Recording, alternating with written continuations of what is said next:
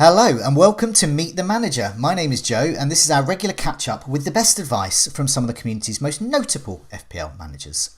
Yes, we will focus on those with a great to rank history, but we're also adding to that by including managers with an interesting story to tell and offering the community something a little different. Perhaps a unique insight or research into the game, or just providing a bit of a laugh to the community as well. My name is Joe again, and today I'm joined by Ben, aka Benny Blanco from the FPL Twitter community. He describes himself as the first banter account to appear on Meet the Manager. As well as telling jokes to thousands of us each day on Twitter, he is organising a real-life football tournament involving real-life fantasy managers. And he's far from bantering his way through this season, currently at 16k, and he's pretty good at Sky FF2. Ben, welcome. How are you?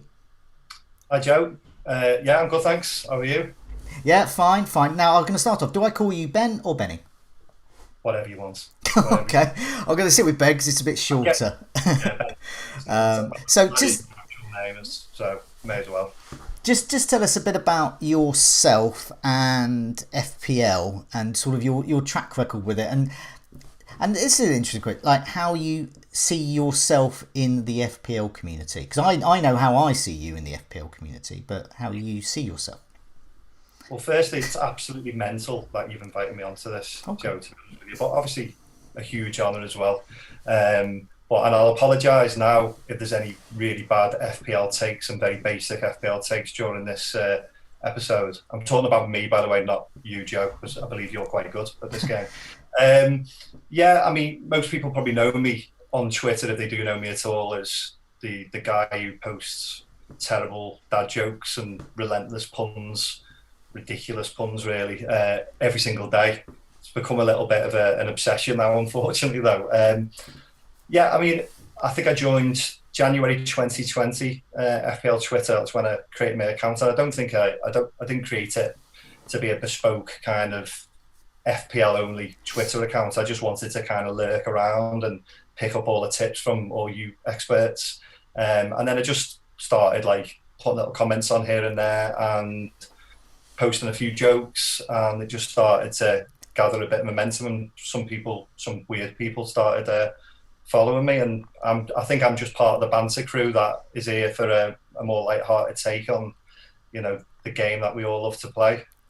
Well, no, I think that's important, and that's why one of the reasons I invited you on here, because I increasingly seeing there's so many people doing FPL at the moment. 8 million managers, so many content creators, so many voices on Twitter as well, and some are really serious about, like, it's important, it's good to be serious about playing the game, but really overly serious, and it can lead to quite nasty comments, quite angry comments as well. And so it's quite refreshing just to see someone telling really bad dad jokes about puns on team names and things like that. Yeah, I mean, I'll try and twist it to an FPL theme, but sometimes I'll just put a joke on that I think's funny, that I've heard many years ago or whatever. And I do. I think the game needs it, doesn't it? And there is a handful of accounts that probably do it even better than me. And they're the type of people that I like to follow. Anyone who's going to make me laugh. Yeah. It's great to get some good content and read some threads and get some good advice. But ultimately,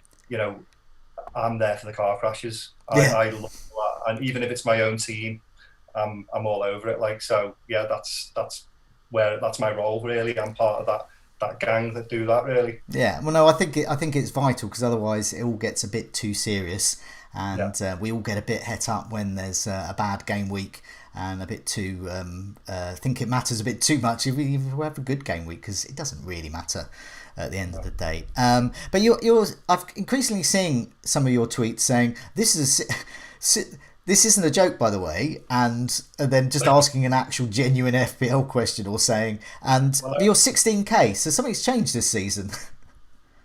Just luck, really. I think. Well, the sort of I think everyone, the Twitter template was pretty strong, wasn't it, at the start of the season, and most of the sort of engaged managers, even the banter ones like me, I think we were all on that kind of sort of template, and it took off pretty well.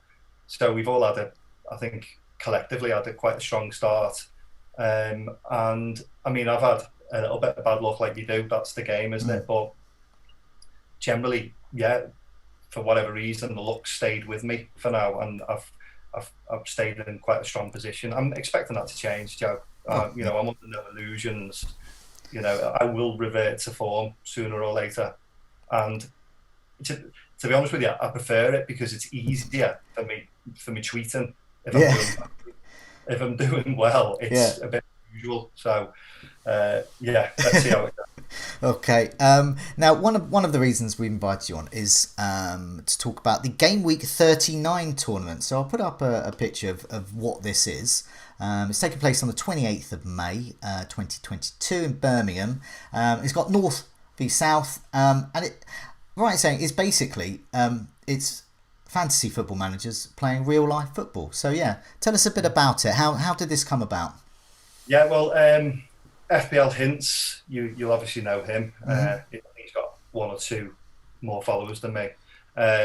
He posted something during Soccer Aid saying, wouldn't it be great if there was an FPL Twitter version of this?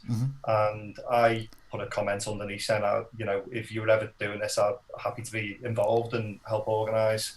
And he messaged me, and then we just took it from there, really. And I think the first thing we did, I just messaged quite a few sort of content creators and well-known people in the community just to get, sort of gauge what the interest would be. And, the response we had was pretty positive. So kind of got a bit excited about the idea and thought, well, let's make it for charity. We're not looking to make any profits off it at all. We just want to have a one-off 11-a-side game.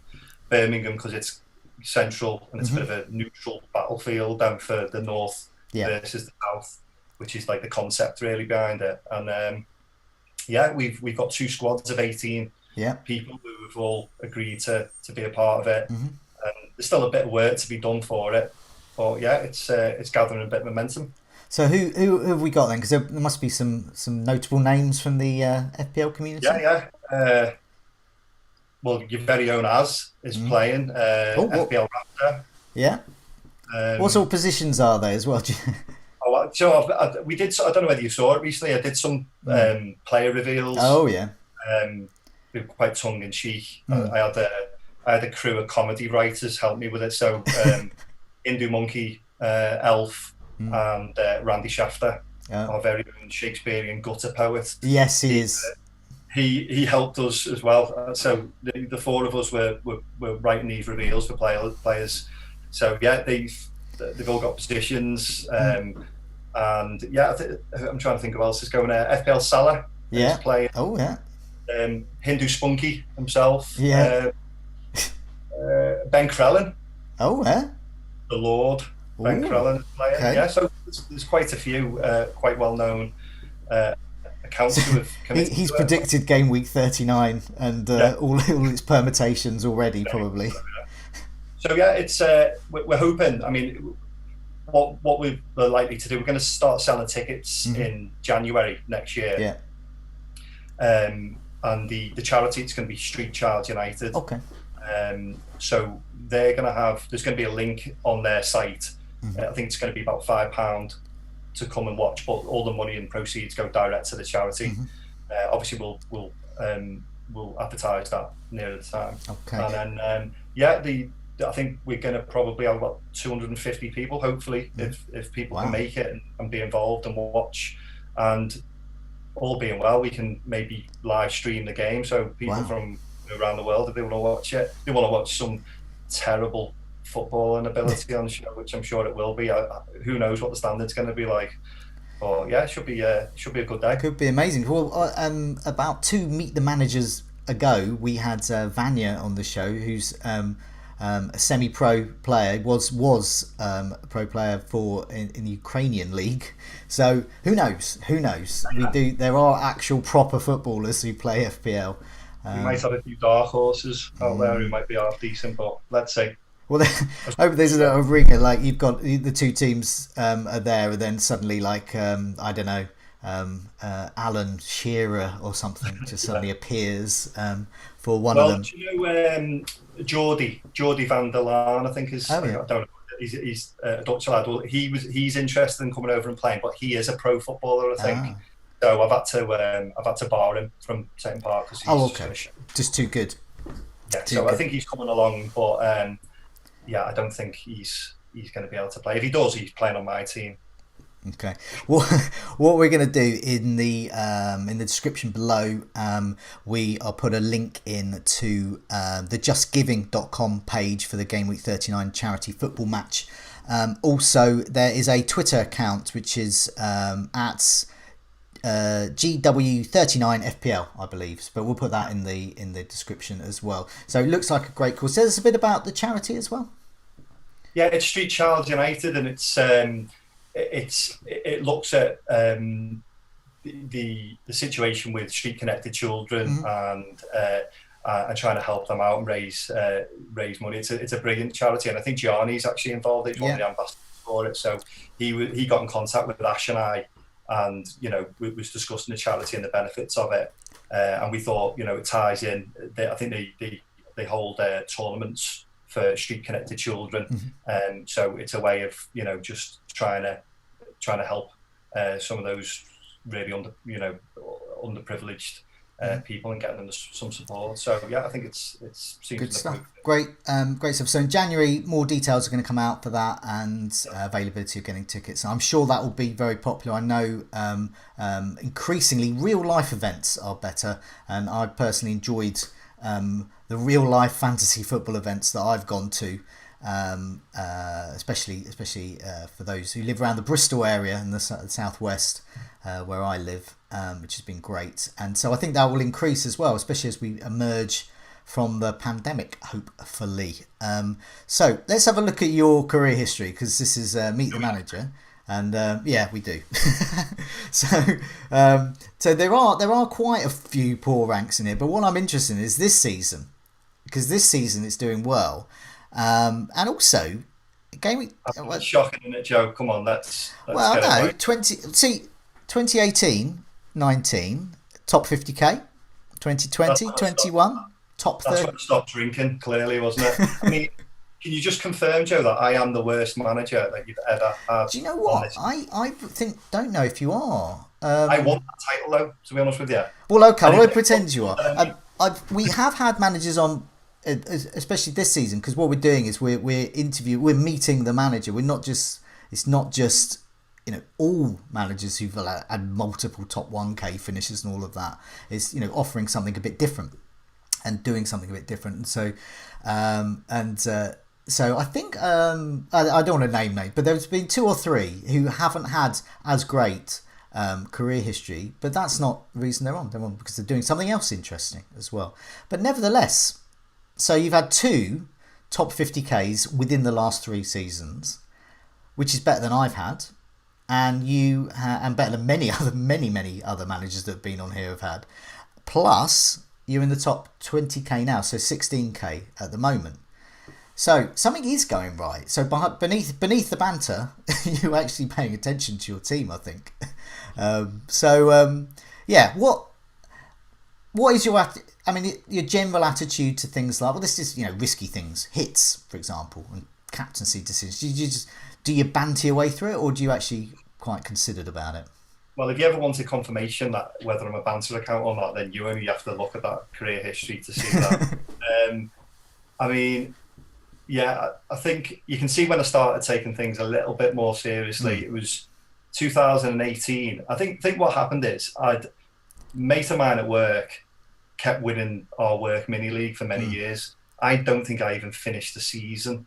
And then 2018, he was getting on my nerves because he was really smug about it. And I thought, I'm going to have a proper go. Right. I'm actually going to take it a little bit more seriously. So I thought there must be something online or out there that can help me and give me some tips. So that's when I went onto YouTube and discovered the Scoutcast, discovered Andy's Let's Talk FPL videos. Yeah. And I thought, I've hit the cheat code here. No one's going to be watching this. This is just me. And then sadly, there was several thousand other people. And I thought, oh, what's going on here? There's a bit of a scene going on. But you guys were talking about Twitter templates and where to follow you for advice and stuff. So I was looking on Twitter. I didn't even have a Twitter account, but I was just lurking, following a few people and you like see yourself and just seeing what moves you were making initially. and then and obviously that coincided with a better finish in 2018, and I won the mini league. So I thought, oh well, this is working. So what I did you mean, do to the guy that was smug at work? Were you? I've never told him I'm on Twitter. I've No, never told him I'm on, no. anything like this, unless he's FPL hot water bottle and hiding behind some Yeah. fluffy playful avatar. Like, I don't even know if he's on Twitter Right. himself. But that's where it all started, and then. I mean, I didn't even know about double game weeks, chip strategies. I didn't even know there was a thing called Ben Crellin. None of those things were even in my, Yeah. to my knowledge at all. So 2018, that's when things started to, I started to take things a little bit more seriously. And obviously that's coincided with slightly better finishes because I've actually finished the season for a change, Yeah. So yeah, and then in January 2020 is when I joined properly and created an FPL account. And I think you're just bound to you're interacting with more knowledgeable managers who know what they're doing. I've listened to more podcasts, got to know a few people, and I've taken it slightly more seriously. I'd say not seriously, but slightly more. Because what you've just described there is something. So I've been playing since 2008, I think, and so what you described there, it's taken me a number of years to go through that process, and since then it's built up the amount of content that's out there, the amount of sort of noise as well.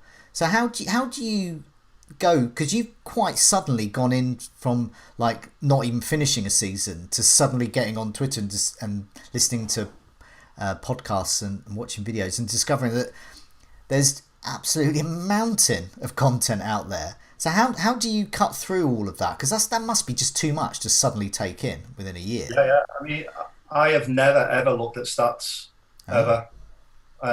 Just doesn't appeal to me. I just haven't got time for it. I probably spend more time drafting a tweet than I do planning any transfers and stuff. I mean, I watch a lot of football. I used to play football myself to a reasonably high standard, and I've always been loved the game. So I've taken as much football as I can. I normally plan what my moves are going to be for 2-3 weeks in advance. Based on what I watch and then what I listen to in the week. I do listen to quite a lot of podcasts. That will sort of determine where I'm heading with stuff. If I like a player and I think someone's, catching my eye a little bit, if it's then confirmed when I'm listening to, I know Raptor will be all over this, won't he? But it's, if I start hearing those names popping up in these podcasts and think, well, I must be doing something right here. And I don't want to be swayed too much by what everyone else is doing, but I mean, all the top managers know what they're doing. They played this game long enough, and if you're on the same lines of thinking as them, then don't stray too far away from that, really. Okay. What do you think it might take for you to move up into, be one of those accounts where you suddenly, like, I mean, I think one of the community today was like, oh, I'm number one. And what would it take to get into, say, top 100, one of those ridiculously high ranks at any point in the season? I got to 3K at one point this season. Oh, okay, so you have been there. I mean, only for a week. But do you know what? I think with my career history being so bad, it's quite liberating because I've got nothing to hang on to, and I don't really care about overall rank. I'll be honest with you, Joe, that much. All I'm bothered about is ultimately my work mini league and then a handful of other mini leagues that I'm in, and that has always been my focus. If I get I think a couple of seasons ago when I came 130-ish thousand, I won the work mini league that year and I was made up. The finish wasn't a particularly great finish, and then last year I think got me top finish that I've ever had, but I come second in the work mini league, so I'd rather win that and finish 500,000. It's not particularly important to me. I don't think I'll ever be one of those managers that can get to those sort of dizzy heights because I'm not really a big risk taker. I'm a bit of a boring manager, unfortunately. because I'm just focused on winning the league. And unless I'm chasing, I'm not really going to do that differential captain and take those punts. And I think you need to do that. You need the combination of the luck and being able to take those risks to be able to get to the sort of upper echelons of the fantasy world. I think from your, as you were saying, with your career history, it is liberating, I think, because I find myself quite constrained by my earlier successes, and they haven't been so great in recency. Okay, but not as great in recent seasons, and it has felt a bit like a sort of a chain round your neck, and I would quite like to almost start again. And I also, yes, my a couple of mini leagues are pretty much my main focus, which I was hoping, Joe, when you put the career history in, that you're going to crop out everything. That's what you told me. No, it's evident. No, it's all there. Done me dirty there a little bit, Joe. It's worse because you can't actually see it, but I've actually cropped out all the good ones recently. Right. All it is those earlier ones. But as you said, you didn't finish the season, so I think that's good. Before we move on to game week 16, so much more focus on this season. What do you think? You say it's a bit of luck this season as well, but has it? The way you play the game, you describe it as sort of, obviously, being quite a boring manager in a way, not taking those risks and obviously, delving into a bit of content, not getting bogged down by stats. That is a strategy, and that seems to have worked this season. Why do you think that is? This is how I played the game for the last 3 seasons. Just quite patient, quite boring, stick with the pack.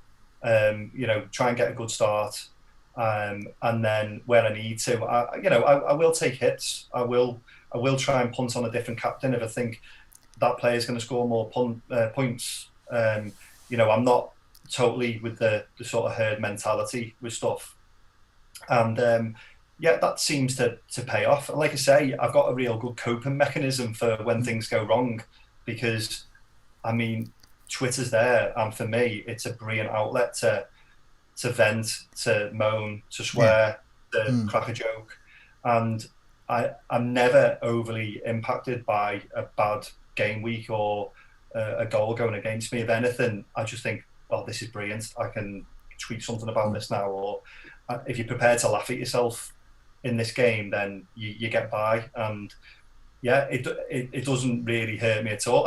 I'll for a split second, I might be a bit infuriated, but then I think, oh, right, okay, I can frame this a different way. And generally, those sort of things get a good reaction, because we've all felt that, even if we haven't felt it, we haven't got that specific player that's lost the clean sheet or missed the penalty or whatever it is. We all know that feeling. We've all been there. So I think people can relate. So I think I play the game quite tongue in cheek. I want to do well, that is always the aim. But like I say, it's a free game. I'm not overly concerned.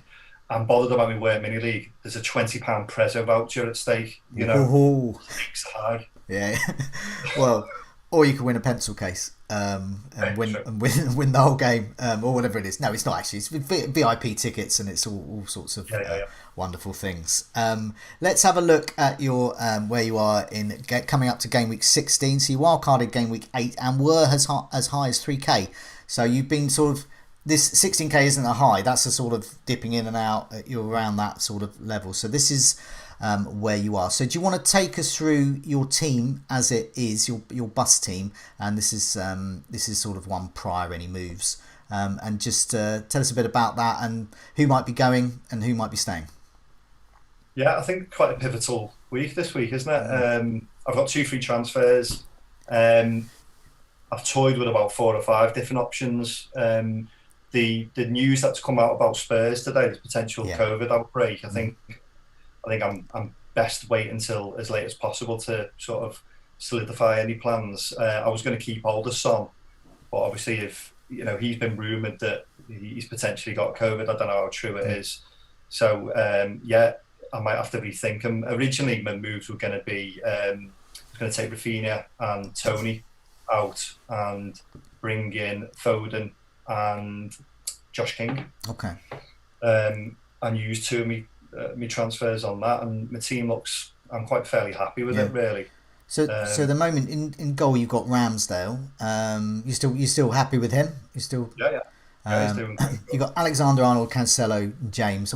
Probably not. They're staying now. Alonso, he's flagged, and he hasn't looked great. Is Alonso going to be for the chop soon, or you're happy with him at the moment? The worst moves I made this season. I've not taken a hit this season, or I hadn't up until 2 game weeks ago. And Alonso's part of this chain of sort of You're about to ill swear, will. aren't you? I thought you were about I'm to. trying not to swear there.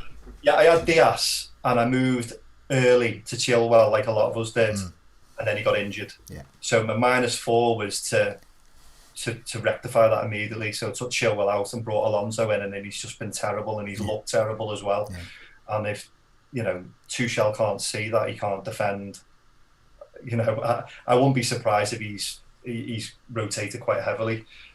So yeah, he is somebody who is on the chopping block, and I might even end up going back to Diaz if I'm truthful. But I monitor the situation with Man United and under Dallo, whether he keeps his place. He's cheap, and he's a nice little way into that team. He's quite attacking. He looked good the other day. So he could be a little downgrade and give me a bit more money to do something else with. I think obviously the big at the back thing was quite popular for a bit, at least 2 weeks anyway. And I think there's a lot of good, strong midfield options at the moment. So it might be time to shift money around there, like I said, Bowen and Foden. Obviously Bernardo Silva. There's loads standing out. Yeah, I mean,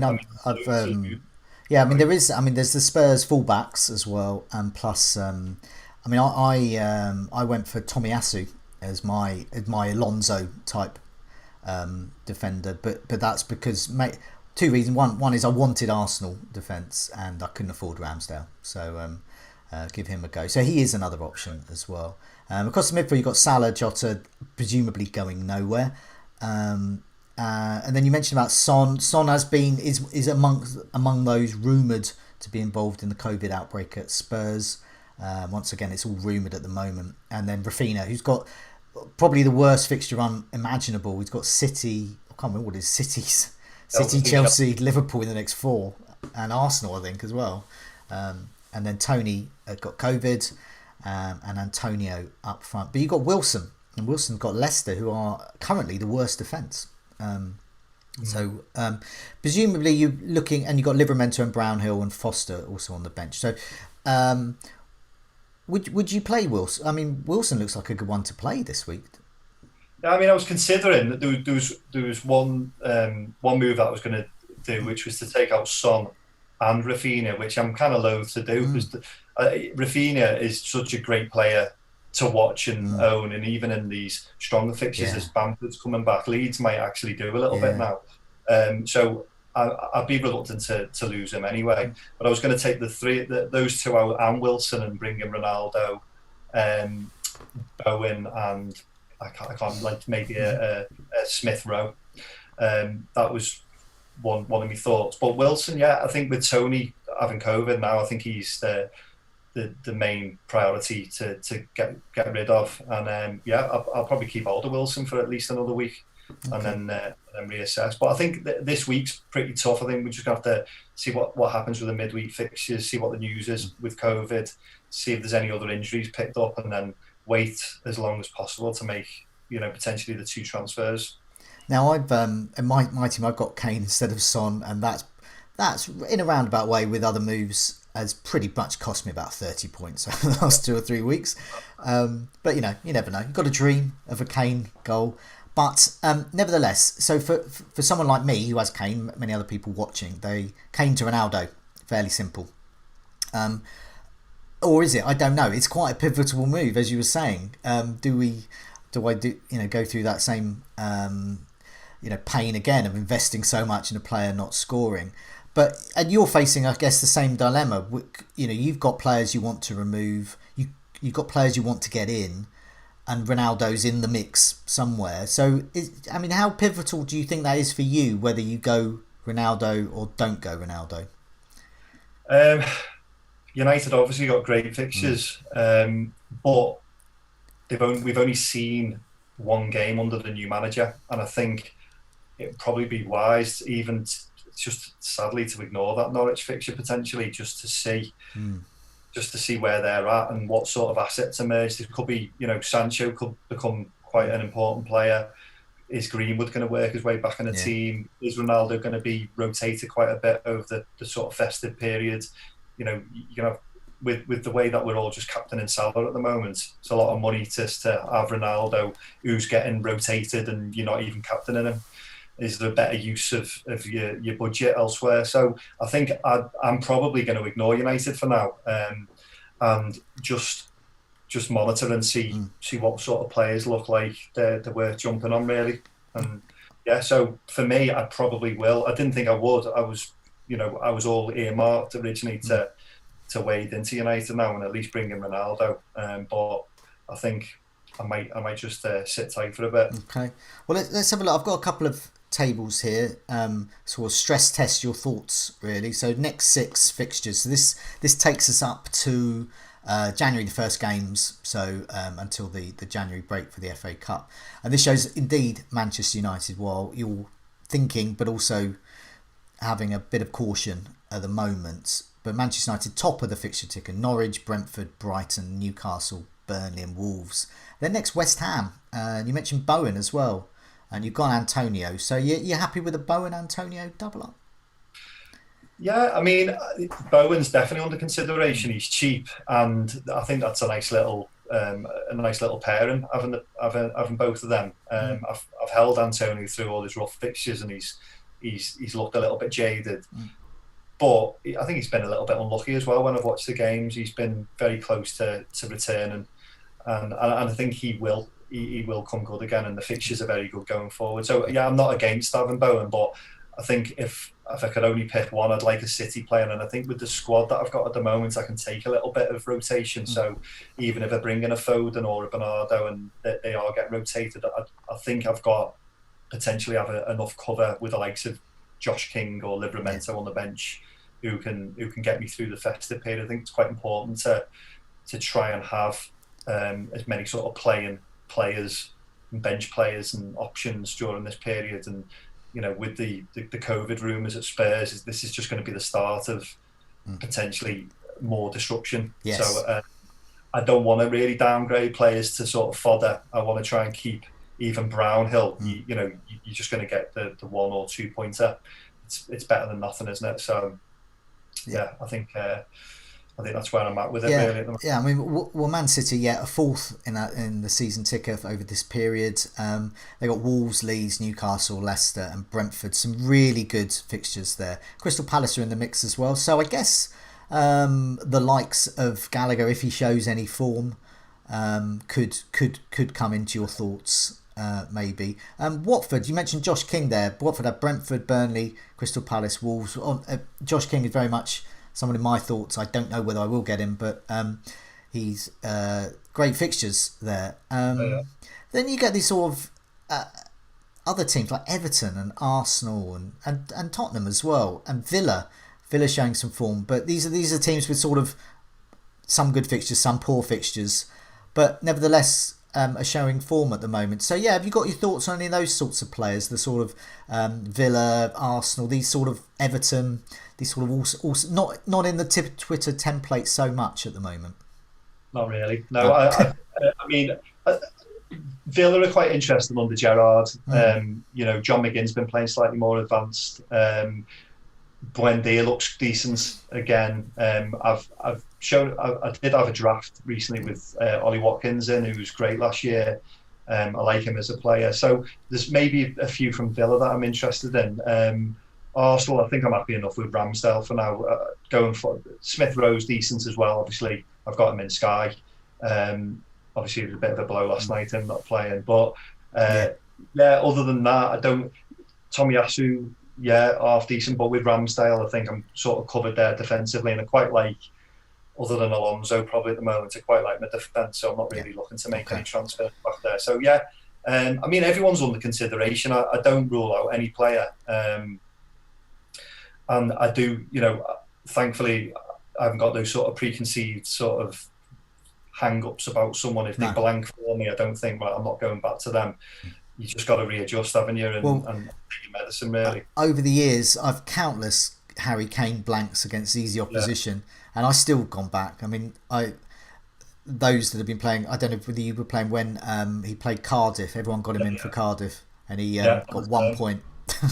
Awful. Yeah. Jamie Vardy does it every single time, doesn't he? As well, every time you own him, yeah, he doesn't do anything. You take him out, and he goes on a run. It's just, you just have to take it, don't you, when it happens? So. And just finally, before we go, I've got the last 4 game weeks. This is prior. I did this prior to the Arsenal Everton game, which was last night. We're recording this on a Tuesday morning after that game, but I did this last night. So this is looking expected goal involvement, and I know you don't like stats, but it's got some key names. I'm looking at stats, Joe. What? So is this what it looks like? What? This is what stats look like. It's just numbers. Right. It's just a bunch of names and numbers. But it will probably back up what you think anyway when you watch the games, and that's the point I always see of stats, is they go hand in hand, really. But this shows in stat form that we know that Salah's good, and Mane's good, and Jota's good. Liverpool are good. Their attack is great, and they're expected. I think going back to the stats comment that I made before, I probably don't look at the stats because all the podcasts and YouTube videos that I watch, it's covered. It's covered by all you great managers in it anyway. So I'll do the eye test myself because I enjoy watching football. If I like players, then I'll keep them in mind. And then when their names get mentioned in the podcast, I think, okay, well, their stats are backing up what they're saying. I don't need to read them because you're already reading them for us. So it's just a bit of laziness, really. I'll just concentrate on posting some terrible jokes and stuff. It's like a fancy football stat hall of mirrors. You're talking about the other videos doing it on a video as we're looking at stats. So you are in fact part of that now. I've drawn you in. But anyway, Salah, Mane, Jota top there. Antonio still doing okay. He's expected to be involved in a lot, and he has looked annoying. I mean, I know as a Brighton fan, watching him against Brighton's defence, he looked annoying for the defenders. Ronaldo's up there, and Aubameyang, Bowen, Alexander-Arnold, some more Liverpool, Gundogan and King, and some of the other Manchester City players weren't far behind, to be honest. So it really does back up what you were saying. Liverpool, West Ham, City, Josh King, these are the sorts of players that we should be looking at, really, and the stats back that up. Your own opinion backs that up as well. I just think the key thing for me is trying to identify which midfielder I really want to bring in. I want to bring in one of Silva, Foden, or Bowen. Really, I think one of those three. Watching the weekend and games recently, and with the runs that, I mean, Man City, it doesn't really matter what their fixtures are, but with West Ham having good fixtures, that obviously makes me consider Bowen. But the three of them, I'd happily have all three of them in my team if I could. So it's just picking the right one, really, and hopefully you get lucky with that one playing and doing well. So yeah, we'll see. Excellent. Well, thanks so much for joining me. Thanks for chatting. It's been great to hear about the Gameweek 39 tournament as well. Going to a great money raised for a great cause as well. But also, I think it's important to involve fantasy managers in real life as well. And also, one of the other reasons it's good to chat to you as well is that philosophy about it's only a game, really, but and treating FPL not as an overly serious thing, but it shows you can have a laugh with it and end up doing okay. So yeah, you were 3K. Yeah. Are you banter no more, do you think? No. I think I'll always stay true to my roots. I'm part of that crowd, and if I happen to have a good season as well, then great. But please don't follow my advice. Fair enough. Follow your jokes, but not your advice. Follow my jokes, yeah. But that's why I do have to put a little, this is a genuine FPL tweet on my tweets, because the amount of people go, I don't get that joke in the comments. I get it every single day. So I try and sort of cut that off at the pass by putting it at the very start of my tweet before I send something out. But yeah, I mean, I do want to do well in the game, of course, like I say. But yeah, I'm here for the light-hearted aspect of it as Good well. stuff. So yeah, we're all in that pain together. So if I can offer any kind of light relief for it, then I've done my job.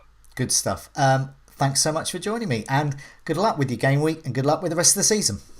Cheers, Joe. Thanks for having us. Nice one.